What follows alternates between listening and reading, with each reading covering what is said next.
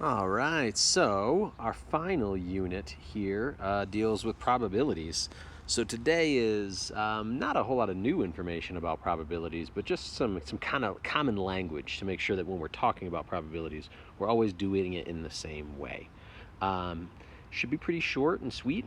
Imagine that, short video from me, but we'll see how I do. Let me know. So I did put a little definition here.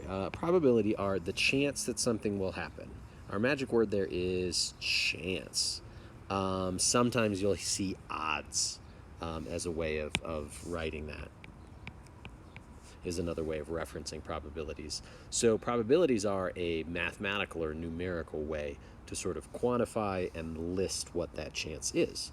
So we're going to sort of play around with what probabilities do mean and what they can tell you, and what probabilities don't mean and what they cannot tell you. That's kind of an important piece to this. So the first thing, if I take a look at, let's say I go out and I'm going to flip a coin, and I'm going to do it 4 times. I can write this 4 coin flips. And I want to know how many heads I'm going to get.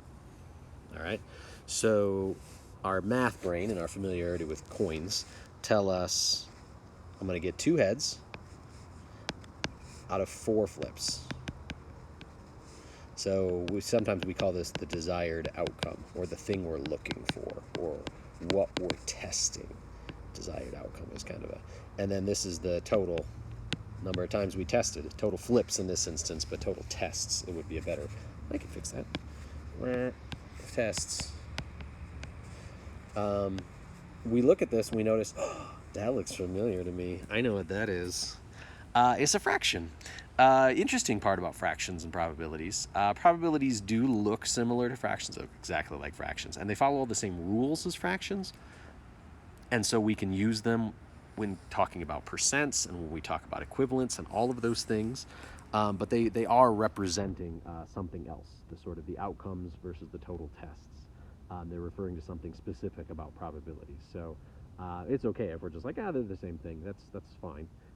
But the one thing that I will point out that you'll notice as I work in probabilities, you can see it right there in my example, is that fractions, I'm pretty neurotic about making sure that fractions are simplified, and probabilities are rarely simplified because it's important that even though I know that this is 1/2, if I write it as 1/2, well, then it happened 1 out of 2 times. And that's not true. There really were 4 flips. And it's important that my unsimplified probability kind of reflects that.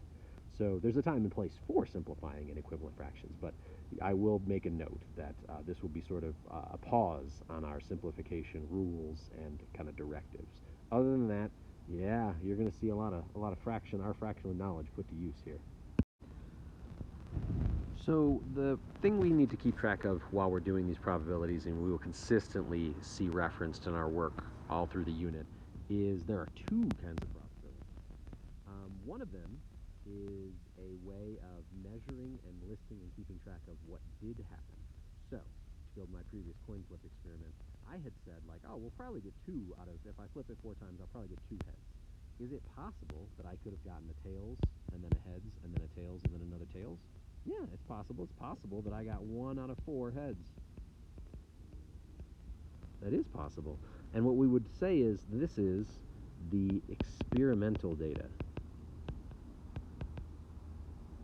Experimental probability, excuse me. Meaning what happened in your experiment. And we're going to contrast that with what we think will happen. What we think will happen is heads and tails and heads and tails. We think we're going to get 2 out of 4 because we know that there's a 50 chance. We know that there's 2 possible outcomes, and one of them is heads, and 1/2 equals 2/4. And so this is what people refer to as the theoretical probability. And at times, there's a place for both. And the theoretical probability is what should happen. Now, what should happen isn't always what does happen. And so our theoretical probability can guide our experimental probability, but it doesn't necessarily determine the experimental probability. But those 2 phrases are the things that we're going to keep coming back to. This idea of often making a prediction of what do we think the odds are, and then contrasting that or comparing that to what happened when I did the experiment, what happened when I did the thing. All right, so you're gonna have to listen to the directions a little bit on this one. So imagine I have a coin. You're gonna need a coin. Quarters are biggest, but you can flip whatever you want. And I want to know, imagine in my coin, I'm going to flip it 3 times. What is the theoretical, what should be my odds of getting 3 heads in a row? So I flip it 3 times, I get 3 heads in a row.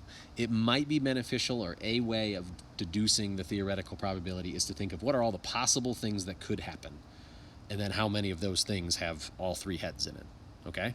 So think about what are all the possibilities that could happen when you flip a coin 3 times in a row. And then how many of those results are 3 heads or 3 H's. All right, and then your follow-up is to go get that coin and to do it 4 times. There's my note, 4 times. So you're going to take a coin, you're going to flip it, get the results, 3 flips, write it down somewhere because you're going to need to put that in whatever you send to me, and then do it again. 3 flips, TTH, HHT, whatever. Just you're going to do that experiment 4 times. So you're not going to flip the coin 4 times. You should end up flipping the coin 12 times. So you're going to do this experiment, 3 coin flips. You're going to do that whole experiment 4 times. And then you're going to show me your data and tell me what is the experimental probability of getting 3 heads in your data set. Give it a try.